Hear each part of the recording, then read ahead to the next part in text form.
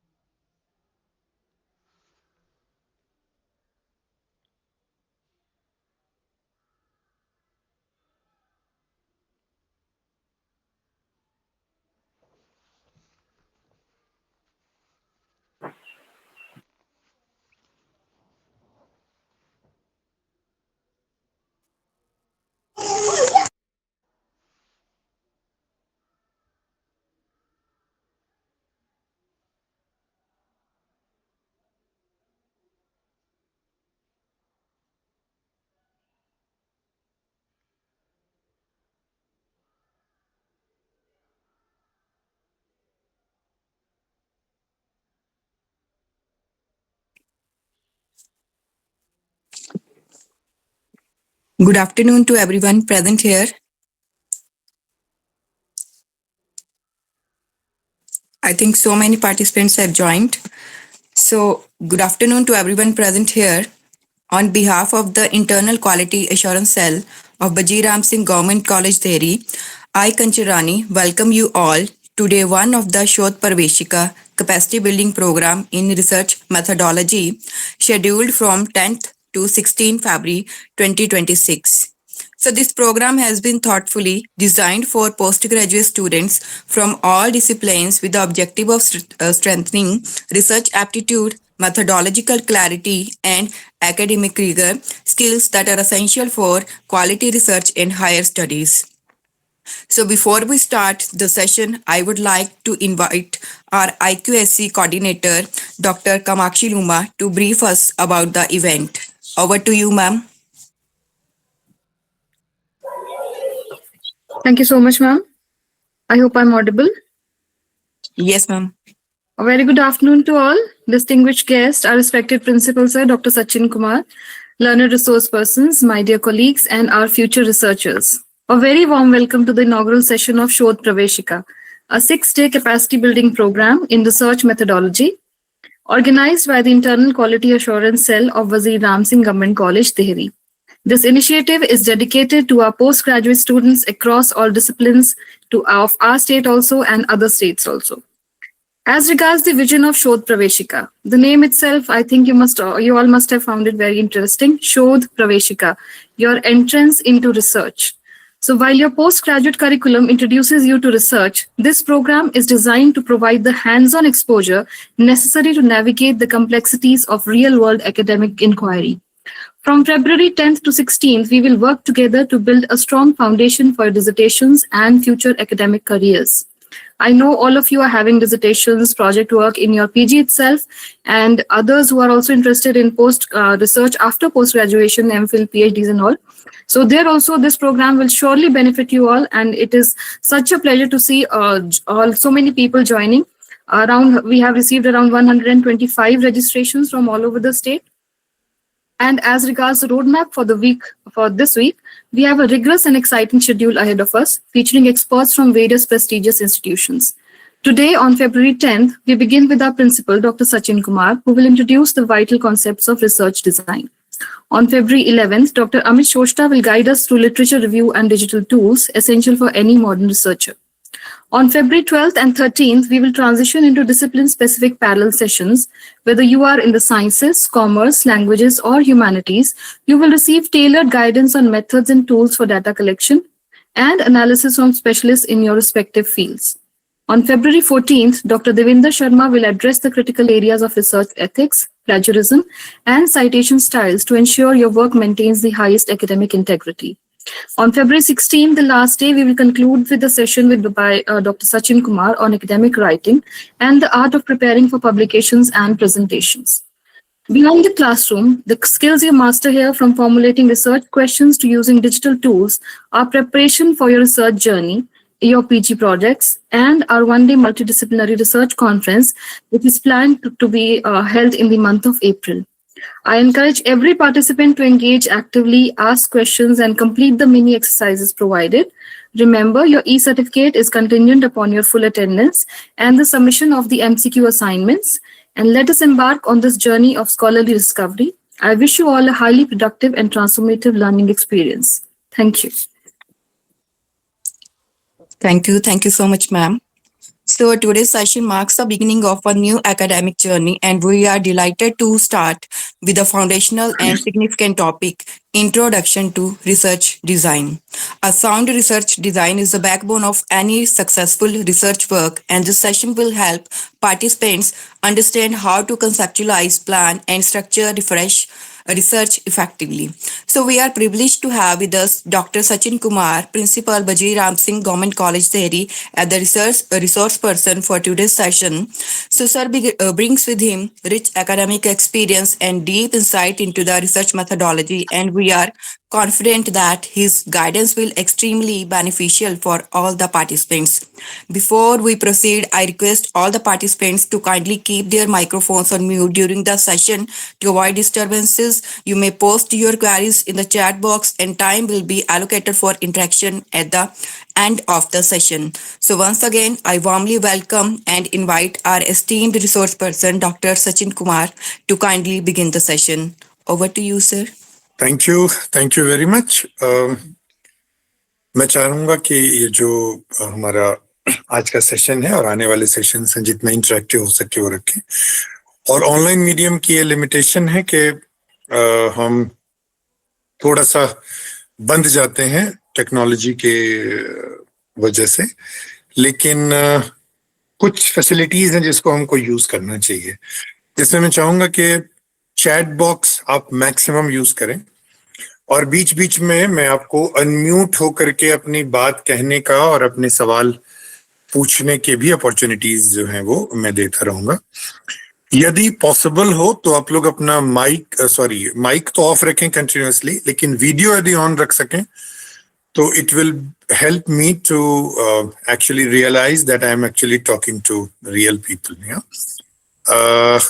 तो सबसे पहले मैं देख रहा हूँ कि देखो कि आप चैट बॉक्स यूज कर रहे हैं या नहीं यूज कर रहे हैं। तो जो लोग अभी पूरी तरह से जागे हुए हैं वो चैट बॉक्स में यस लिखें। Good, very good, very good, very good, very good. So मैंने भी फोन से भी मैंने ज्वाइन किया है सेशन, ताकि मैं आपके जो चैट्स हैं वो यहाँ पढ़ सकूं, क्योंकि एक बार मैं स्क्रीन शेयर करूंगा तो मुझे आप दिखाई नहीं पड़ेंगे। Very nice, very nice. जागे हुए लोगों को बहुत बहुत बधाइयां और शुभकामनाएं कि दोपहर के बाद, खाना खाने के बाद भी आप जाग रहे हैं। ये जो कार्यक्रम है, पहला सेशन रिसर्च डिजाइन पे मैं उतना फोकस ना करके रिसर्च के आइडिया पे मैं फोकस ज्यादा करने वाला हूँ। Very nice, very nice. Now you can stop sharing this.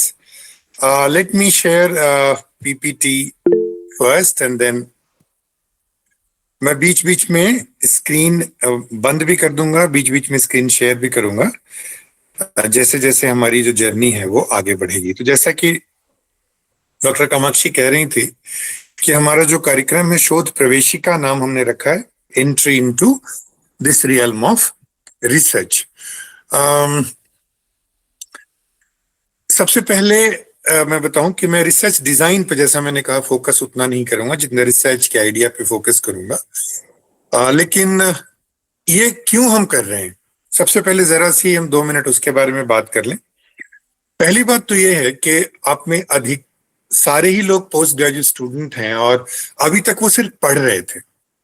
Research उनके लिए बिल्कुल नई चीज है, उनको ओरिएंटेशन की भी कमी है, कॉन्फिडेंस की भी कमी है, क्लैरिटी की भी कमी है, जो मैंने अपने बच्चों में देखा है। तो उसका आइडिया यही था कि क्यों ना हम रिसर्च को उनके लिए सुगम बनाए, सहज बनाए, सरल बनाए। और प्रवेशिका, जैसा कि डॉक्टर कामाक्षी ने भी कहा, it is basically gently opening the door to research. Purpose ये नहीं है कि हम 6 दिन में आपको एक्सपर्ट बना देंगे। और अब सबको पता है कि रिसर्च मेथड की बहुत सारी किताबें अवेलेबल हैं, ऑनलाइन ट्यूटोरियल्स अवेलेबल हैं, यूट्यूब पे बहुत सारा मटेरियल है, बड़े सारे ऑनलाइन कोर्सेज हैं।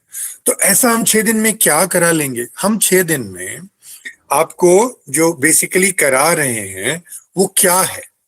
ये कोर्स बेसिकली एक एक्साइटिंग इंटेलेक्चुअल जर्नी पे आपको निमंत्रित करने का एक तरीका है।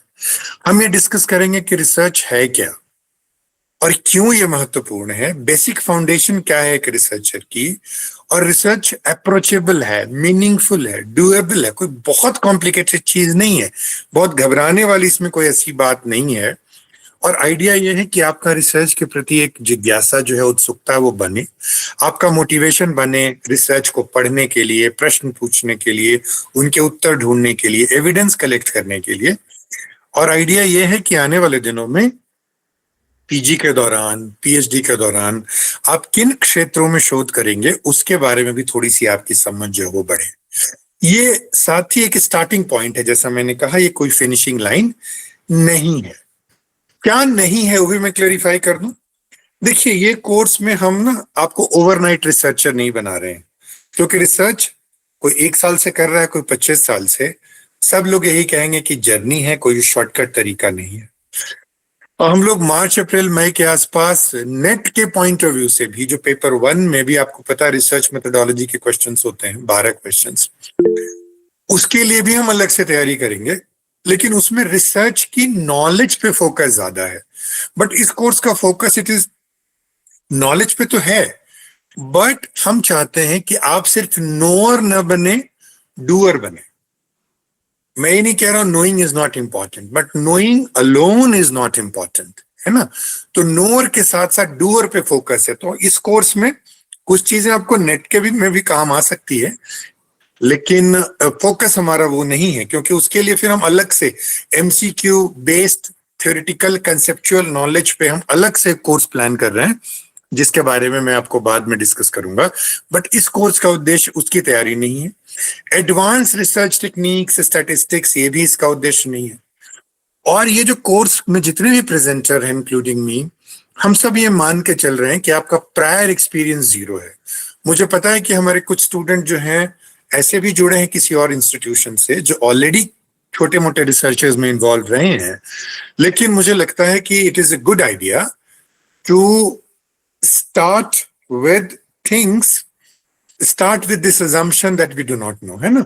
आपने वो बुद्धिस्ट मंक की स्टोरी सबने सुनी है, जिसमें कि एक व्यक्ति आता है, किसी गुरु के पास जाता है और ये कहता है कि मैं आपसे ध्यान सीखने आया हूँ और जीवन में कैसे हम मुक्ति मोक्ष प्राप्त कर सके वो सीखने आया हूँ। तो उसके टीचर ने कहा कोई बात नहीं, जब वो हम शुरू करेंगे उसके पहले ऐसा करें कि उन्हें हम चाय पी लेते हैं। तो चाय के लिए उसने कप बढ़ाया। जब उन शिष्य ने, जो शिष्य बनने आया था, तो गुरुजी उसमें भरते गए। कप जब भर गया उसके बाद भी डाले जा रहे थे, तो उनके शिष्य ने कहा कि ये तो कप भर चुका है, आप इसमें नहीं आएगा। उसने कहा बिल्कुल तुम भी ऐसे ही हो, तुम पुराने ज्ञान से भरे हुए हो, जब तक उसको खाली नहीं करेंगे हम नया ज्ञान उसमें नहीं डाल सकते। तो कोई स्टूडेंट, जैसे मैं भी रिसर्च का स्टूडेंट ही हूँ, तो जब भी मैं कोई नया कोर्स, जैसे भी मैंने क्वालिटेटिव रिसर्च पे एक शॉर्ट कोर्स अभी छुट्टियों में किया, तो मैं ये मान के किया उस कोर्स को कि मैं बिल्कुल ही बिगिनर हूं, मुझे इसके बारे में कोई जानकारी नहीं। तो बड़ा इंपॉर्टेंट है कि हमारे जितने रिसोर्स पर्सन है उनको यही ब्रीफ किया है हमने कि आप प्रायर नॉलेज एक्सपेक्ट करने की कोई जरूरत नहीं है, हम बिल्कुल ही बेसिक से शुरू करेंगे। हम ऐसा भी कोई हमारा दावा नहीं कि कोर्स खत्म होगा और हम एक परफेक्ट रिसर्च प्रपोजल लेके रेडी हो जाएंगे। सो कंफ्यूजन रिसर्च को लेकर नॉर्मल है, जैसे जैसे हम स्टेप उठाएंगे हमारी जो क्लैरिटी है वो बनेगी। शेड्यूल डॉक्टर कामाक्षी ऑलरेडी बता चुकी हैं। पहला इंट्रोडक्शन टू रिसर्च है, लिटरेचर रिव्यू, डिजिटल टूल्स की बात करेंगे। तीसरा और चौथा दिन डिसिप्लिन स्पेसिफिक है, डेटा कलेक्शन कैसे करते हैं और उसको एनालाइज कैसे करते हैं। कई ऐसे भी सब्जेक्ट्स हैं हमारे पास जिसके एक एक बच्चा ही हमारे पास है। म्यूजिक में एक बच्चा है, लॉ में केमिस्ट्री में 2 स्टूडेंट्स हैं। हमने कोशिश की है कि हम किसी को भी ना छोड़ें। जूलॉजी में हमारे पास 1 स्टूडेंट है। हमने सबके एक्सपर्ट्स को जोड़ा है क्योंकि मेरे लिए एक स्टूडेंट, चाहे उसका डिसिप्लिन जो भी हो, वो भी इम्पोर्टेंट है। तो हमने उसके लिए भी एक रिसोर्स पर्सन अरेंज किया है। ये अब हम पे है कि हम उनसे कितना कुछ सीख सकते हैं। मैंने उनसे ही डिस्कस किया है कि सर ये वेबिनार कम है आपके लिए और आपके लिए मेंटरिंग सेशन ज्यादा है। अब 2 स्टूडेंट, 1 स्टूडेंट, 3 स्टूडेंट का तो वेबिनार हम क्या करेंगे, बट उनकी जो मेंटरिंग है उसके लिए इन सारे स्कॉलर्स ने हामी भरी है। तो अब ये आप पर है कि हम उसमें से मैक्सिमम कितना यूज कर सकते हैं। 5वां सेशन जो सबके लिए है, पहला, दूसरा, 5वां और 6ठा, ये सबके लिए है। तीसरे और चौथे में आपके सब्जेक्ट से जुड़े हुए एक्सपर्ट्स जो हैं वो ही आपसे बात करेंगे। आज की डेट में रिसर्च एथिक्स, प्लेजरिज्म और साइटेशन स्टाइल्स बड़ा क्रिटिकल है, उसके बारे में हम बात करेंगे। और लास्ट दिन एकेडमिक राइटिंग, पब्लिकेशन और प्रेजेंटेशन के बारे में बात करेंगे। तो आज के सेशन को मैं शुरू कर रहा हूं। आज के सेशन में व्हाट और व्हाई क्या है रिसर्च का, क्या रिसर्च है, क्या नहीं है, क्यों जरूरी है, और क्यों में भी 2 चीजें, रिसर्च क्यों जरूरी है और एक पीजी स्टूडेंट के रूप में हमारे लिए रिसर्च क्यों जरूरी है, टाइप्स क्या है, अप्रोचेस क्या है। देखिए, इन चीजों के बारे में इंटरनेट पे, किताबों में बहुत कुछ है, तो मैं उसी को सिंप्लीफाई करके आपसे प्रेजेंट कर रहा हूं। क्योंकि जैसा मैंने कहा, मेरा पर्पस डूअर्स क्रिएट करना है, सिर्फ नोअर्स क्रिएट करना नहीं है। क्योंकि नोअर्स तो इंटरनेट से पढ़ लेंगे, कहीं से भी पढ़ लेंगे, किताबों से पढ़ लेंगे, लेकिन हम लोग, जो भी लोग आपके साथ जुड़े हैं, वो बहुत समय से इसमें जुड़े हुए हैं। तो हम अपने इनसाइट्स आपसे शेयर करेंगे, चीजों को सिंप्लीफाई करेंगे आपके लिए। तो ये दूसरा उद्देश्य है। रिसर्च टॉपिक्स स्टूडेंट्स के साथ इशू होता है, कैसे ढूंढें, तो पॉसिबल सोर्सेज क्या हो सकते, वो मैं आपसे साझा करूंगा। और आप आज का मेरा आइडिया है कि आप अपने रिसर्च एरिया, रिसर्च टॉपिक के बारे में थोड़ा सोचना शुरू करें। और आज के सेशन के एंड में एक ब्लूप्रिंट आपसे मैं साझा करूंगा कि एक बिगिनर रिसर्चर के रूप में आपके फर्स्ट 4 वीक्स कैसे होने चाहिए। ये एक जनरल गाइडलाइन आपसे शेयर करूंगा। और मैं उम्मीद करूंगा कि आज के सेशन के बाद रिसर्च को लेकर के आपके अंदर जो डर है, गलतफहमियां हैं और लैक ऑफ कॉन्फिडेंस है, लैक ऑफ मोटिवेशन है, लैक ऑफ क्लैरिटी है, वो थोड़ी सी दूर होगी, मुझे ऐसा लगता है। तो सबसे पहला क्वेश्चन जो है आपसे वो ये है कि क्या आप इससे सहमत हैं कि हमारी जिंदगी में ऑलरेडी रिसर्चर्स जो हैं वो चल रहे हैं। We all are already researcher. ऐसा लगता है आपको? कितना लोगों को लगता है? मैं एकेडमिक लाइफ की बात नहीं कर रहा हूँ, जनरल लाइफ के बारे में बात कर रहा हूँ। और जब मैं यू कह रहा हूं तब स्टूडेंट की ही बात नहीं कह रहा हूँ, जनरल पब्लिक की बात कर रहा हूँ, जो एकेडमिक्स में नहीं भी है ना। चाहे हम सड़क पे नींबू बेच रहे हों, दुकान चला रहे हों, या लॉयर हों, या डॉक्टर हों, किसी भी प्रोफेशन में हो, या कोई भी सिटीजन हो, कोई भी व्यक्ति हो, ऑलरेडी वो एक रिसर्चर है। कितने लोगों को लगता है कि ये बात सही है कि हम सब रिसर्चर हैं? चैट बॉक्स में यस लिखें यदि आपको लगता है कि नहीं है, तो नो लिखें। Good, thank you. Pooja, Pankaj, Chahat, Muskan, ये सारे लोग मैसेज कर रहे हैं और उनको लगता है we all are researcher. Now I would want one of you to unmute yourself and tell me, how do you think we all are a researcher? We are a researcher. Thank you, dear students, for responding. Can you give me one example? आप अपने आप को unmute करके भी बोल सकते हैं, chat box में भी बोल सकते हैं। Why do you think that we all are researcher? Unmute करके बोलिए या चैट बॉक्स में लिख के भी बोल सकते हैं।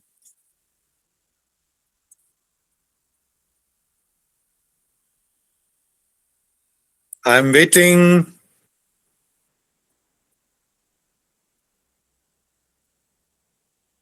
जो बोलना चाहते हैं वो अनम्यूट कर लें। जो बोलने में कंफर्टेबल नहीं, वो चैट बॉक्स में लिखें। To prove this that you are already a researcher, not as a student, not as an academic person.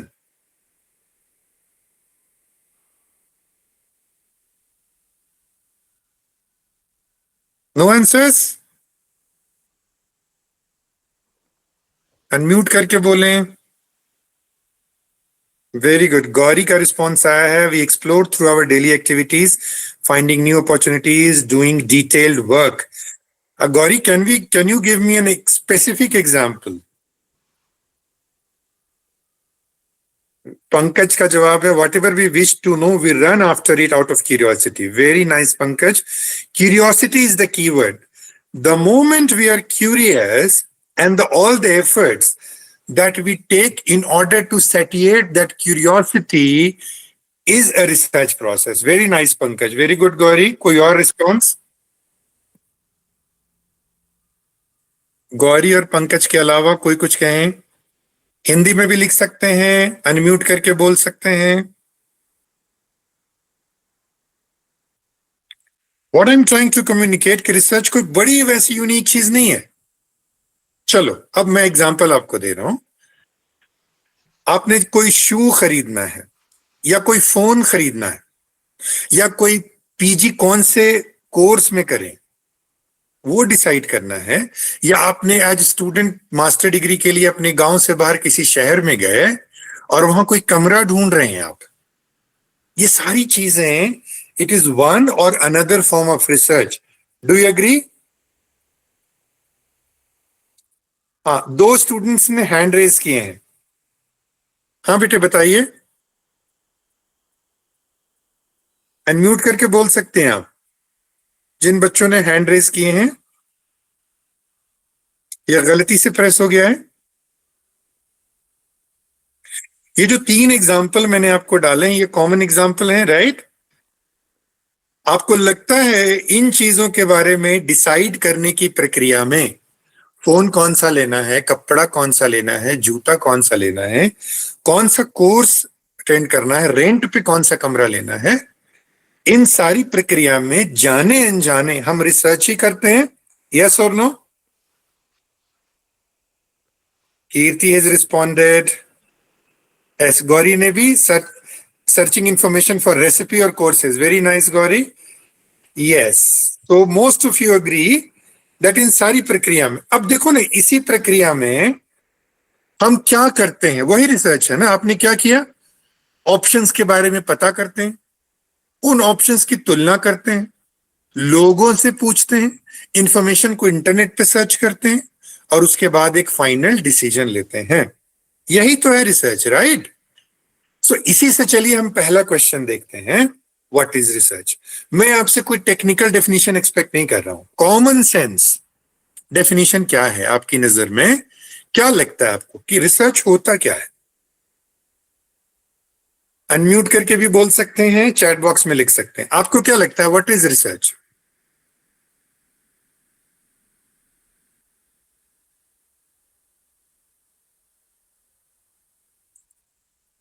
Unmute करके बोलना चाहेंगे?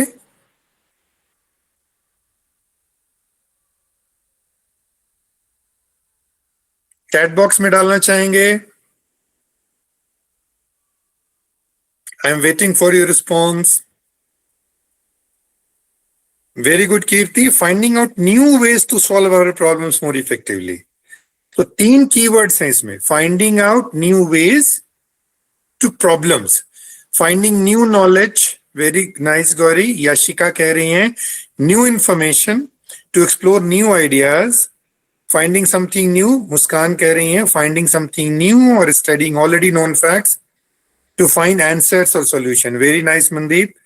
प्रिया कह रही किसी टॉपिक पर नई जानकारी खोजना या पुरानी जानकारी को सिस्टमेटिकली जांच परख कर समझना। Very nice. एक जो कीवर्ड प्रिया ने यूज किया है बहुत इंपॉर्टेंट है, systematic. Research is not a random process, but it is a systematic process. It is a structured curiosity. यदि आप लिखना चाहें तो लिख भी सकते हैं। रिसर्च क्यूरियोसिटी है। Research is finding out about solution या checking existing solution, but ultimately process कैसा होगा? स्ट्रक्चर्ड होगा, सिस्टमैटिक होगा। प्रिया कह रही है systematic, organised and careful investigation to discover new facts. Deepali कह रही हैं systematic information about any specific topic. Yes, most of you are almost on the track. सरल भाषा में सिंपली कहें तो क्या है? क्वेश्चंस पूछें सिस्टमेटिक तरीके से, उनके उत्तर ढूंढें सिस्टमेटिक तरीके से, और उत्तर में हमारी ओपिनियन नहीं हो, एविडेंस हो। तो ये 3 कीवर्ड्स हैं जो हमको ध्यान में रखने हैं। आस्किंग क्वेश्चन, उनके जवाब के लिए सिस्टमेटिक प्रक्रिया, और उसके लिए एविडेंस यूज करना है, मान्यताएं नहीं, एजम्पशंस नहीं। बहुत सारी चीजें हमको लगता है या पॉलिसी मेकर्स को लगता है कि ऐसा करने से ऐसा होगा, जबकि उसका एविडेंस कोई नहीं होता हमारे पास। दुनिया के बाकी देशों में इसीलिए थिंक टैंक का कॉन्सेप्ट है। कोई भी पॉलिसी बनती है उसके पहले शोध किया जाता है कि जो पॉलिसी बन रही है वो कहीं पर वो लागू हुई है कि नहीं, लागू हुई है तो उसके पॉजिटिव प्रमाण मिले हैं कि नहीं। बट भारत में अभी भी थिंक टैंक के रिसर्च के बेसिक्स पे policy making, evidence based policy making, EBPM बोलते हैं हम लोग पॉलिसी साइंसेस में, evidence based policy making lack कर रहा है, और बहुत सारी समस्याओं की जड़ में वही है। अभी जैसे 40 मिनट की क्लास होनी चाहिए कि 45 मिनट की, 1 घंटे की, 2 घंटे की, ये क्वेश्चंस है ना। अब ये हम जब तक एक्सपेरिमेंट करके देखेंगे नहीं तब तक हम we can't jump on to conclusion कि 40 मिनट ही ठीक है या 2 घंटा भी कम है। It depends on number of factors, है ना।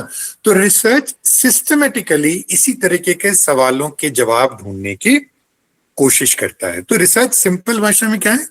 सवाल पूछना, सवालों के जवाब को सिस्टमेटिक तरीके से ढूंढना, अपनी मान्यताओं के बेस पे नहीं, ओपिनियंस के बेस पे नहीं, अजम्पशंस के बेस पे नहीं, बल्कि एविडेंस के बेस पे। रिसर्च है क्या? क्वेश्चन बेस्ड है, ना कि सिर्फ डाटा इकट्ठा करना। सिस्टमेटिक है, ना कि रैंडम कुछ भी कहीं से इकट्ठा कर लेना। एविडेंस पे आधारित है, ना कि पर्सनल ओपिनियन पे। एनालिसिस उसमें इन्वॉल्व है, ना कि कहीं से कॉपी करके पेस्ट कर लिया, वो रिसर्च नहीं है। क्रिएशन ऑफ नॉलेज है। देखो ये बड़ा इंपॉर्टेंट है। हायर एजुकेशन के 3 उद्देश्य हैं। पहला, ट्रांसमिशन ऑफ एग्जिस्टिंग नॉलेज। दूसरा, क्रिएशन ऑफ न्यू नॉलेज, जिसको पुशिंग बाउंड्री ऑफ नॉलेज कहते हैं। जो नहीं पता है वो ढूंढना। पहला उद्देश्य क्या है हायर एजुकेशन का? जो पता है वो जानना, ट्रांसमिशन ऑफ ओल्ड नॉलेज। जो नहीं पता है वो ढूंढना, है ना, एक्सप्लोरेशन ऑफ न्यू नॉलेज। और तीसरा है taking it to community, extension work जिसको बोलते हैं। तो दूसरा जो स्टेप है कि हम अब तक पहली, दूसरी, तीसरी से लेके 12वीं तक, फिर ग्रेजुएशन, पोस्ट ग्रेजुएशन, हम अभी तक क्या हमें पता है वही हमें ट्रांसमिट किया जाता रहा है। बट उसको हम आगे कैसे बढ़ाएंगे वो हम रिसर्च के थ्रू करते हैं, मेमोराइजेशन नहीं है। रिसर्च के बारे में कुछ कॉमन मिथ है कि रिसर्च सिर्फ जो बड़े इंटेलिजेंट बच्चे हैं उन्हीं के लिए, जबकि ऐसा नहीं है। जो भी क्यूरियस है वो रिसर्चर है। रिसर्च के लिए एक मिथ है कि ब्रिलियंट आइडिया होना चाहिए, नहीं, क्लियर क्वेश्चन होना चाहिए। रिसर्च के बारे में अगला मिथ है कि कुछ नया ही ढूंढना है। नया बिल्कुल हमेशा नहीं होता, आपके कॉन्टेक्स्ट में वो नया हो सकता है। रिसर्च के बारे में हमेशा कभी अकेले नहीं होता। Research is through discussion, through collaboration. और रिसर्च जो है कभी भी ऐसा नहीं कि शुरू करने के पहले सब पता करें। यदि सब पता ही हो तो रिसर्च किस बात की? रिसर्च की शुरुआत ही होती है जब हम नहीं जानते हैं, है ना। तो कभी ये सोचना मुझे तो कुछ आता ही नहीं है, इसीलिए तो रिसर्च की जरूरत है। कईयों को लगता है रिसर्च पेपर पब्लिश होती है जर्नल में, और जर्नल्स के पेपर्स को समझना तो बहुत मुश्किल है। हाँ, शुरुआत में आपको मुश्किल लगता है क्योंकि उसकी भाषा एकेडमिक है, जिसके बारे में मैं आखिरी दिन बात करूंगा। और प्रैक्टिस के साथ साथ वो धीरे धीरे इजियर होता जा रहा है। यहीं पे मैं आपसे क्विक क्वेश्चन पूछता हूँ, यस नो में आंसर देना। कितने लोगों ने अभी कोई भी रिसर्च पेपर नहीं पढ़ा है? जिन्होंने पढ़ा है कोई भी रिसर्च पेपर वो यस लिखें, जिन्होंने नहीं पढ़ा है वो नो लिखें। जरा सा ग्रुप का आइडिया लेना चाहता हूँ।